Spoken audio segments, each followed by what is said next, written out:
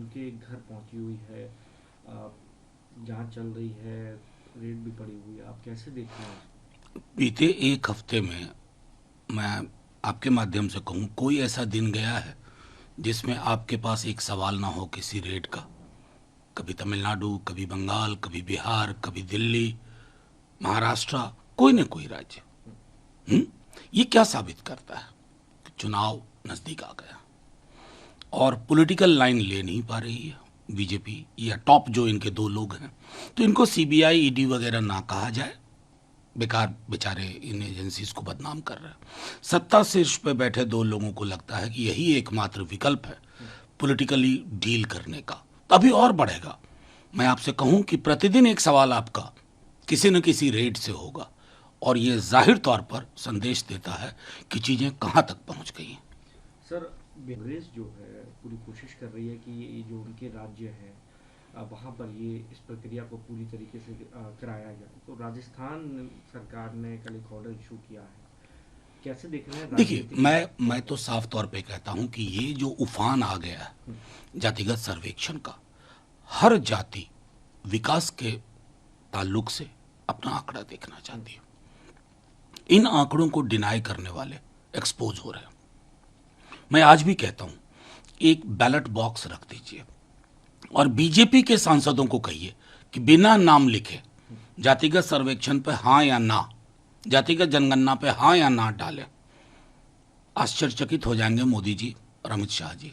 उनके अंदर के भी लोग जो इन समुदायों से आते हैं वो ये जनगणना चाहते हैं। अनुप्रिया पटेल जी तो खुल के बोल चुकी है। तो जाहिर तौर पे इसको मैं तो कई दिन से कह रहा हूं कि बिहार से जो सर्वे के आंकड़े आए हैं, प्रधानमंत्री जी को उन आंकड़ों को गले लगाना चाहिए, स्वागत करना चाहिए। क्योंकि कोई भी सरकार अगर समावेशी विकास नीति बनाती है तो उसके लिए ये समकालीन वैज्ञानिक आंकड़ों की जरूरत है। सर, भेजा है 20 तारीख को पेश होने के लिए नवंबर में। उनके खिलाफ आरएसएस के कार्यकर्ता हैं विवेक, उन्होंने एक मामला दर्ज कराया था उनके ट्वीट को लेकर, गोलवलकर के खिलाफ उन्होंने कुछ ट्वीट किया। मैं तो सीधे कहता हूँ कि कहाँ ले जा रहे हैं आप? ये तरीके हैं, कभी डिफेमेशन, कभी इस तरह की चीज़ें करना।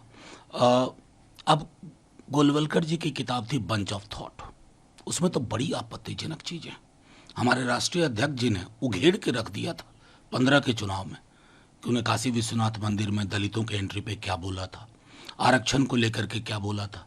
मैं दोहरा दूं तो मुझको डिफेमेशन करिएगा आप? ये ऐतिहासिक तथ्य है, स्वीकार करिए। आज़ादी के आंदोलन में आप कहीं नहीं थे, आप प्रतिगामी सोच वाले लोग हैं। सर, चिराग कर एक स्टेटमेंट दिया, उन्होंने कहा कि बिहार सरकार ने कास्ट जो सर्वे है वो किस तरीके से कराया कोई नहीं जानता, कोई प्रोसेस को नहीं जानता। कई निवासी ऐसे हैं जिन्हें पता ही नहीं है कि उनसे कब क्या पूछा। नहीं, हर स्टेज पर पब्लिकेशन हुआ, हर स्टेज पे हर चीज कही गई, और ये कहना कि किसी को पता नहीं चला, मैं समझता हूं कि इससे ज्यादा मिथ्या कोई चीज नहीं हो सकती है। कई जातियों के कुछ स्वयंभू नेता कहते हैं कि हमारा आंकड़ा कम कर दिया। अरे मुख्यमंत्री जी, माननीय मुख्यमंत्री जी नीतीश कुमार जी, उनकी जाति का आंकड़ा देखिए, मुख्यमंत्री थे उसी को बढ़वा देते। ऐसे नहीं होता है। एक मेथोडोलॉजी फॉलो की गई, एक कंसर्टेड एफर्ट था और ये महीनों चला। उसके बाद भी अगर आप ये कह रहे हैं तो ये उचित नहीं है। एक आखिरी सवाल लूंगा सर, हाल में गाँव में मतलब मिलने को लेकर काफ़ी कंट्रोवर्सी क्रिएट हो रही थी। उन्होंने स्टेटमेंट दिया कि मैं 2.5 घंटे तक बैठी रही, लेकिन उस समय बंगाल के अंदर एक मैसिव लूट हुआ मनरेगा को लेकर। आप कैसे देख रहे हैं? नहीं, एक मंत्री का ये बोलना शोभा नहीं देता।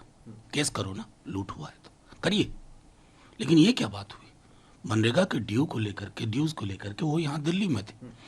ये जो केंद्र सरकार समझती है ना कि तिजोरी उनकी बपौती है ना, ये लोगों का एक एक उनके खून पसीने की कमाई है, और उसमें अगर आप अपने विरोध के दलों की सरकार को परेशान करने की कोशिश करें तो आप नागरिक को परेशान कर रहे हैं, और इसके नतीजे आपको भुगतने होंगे।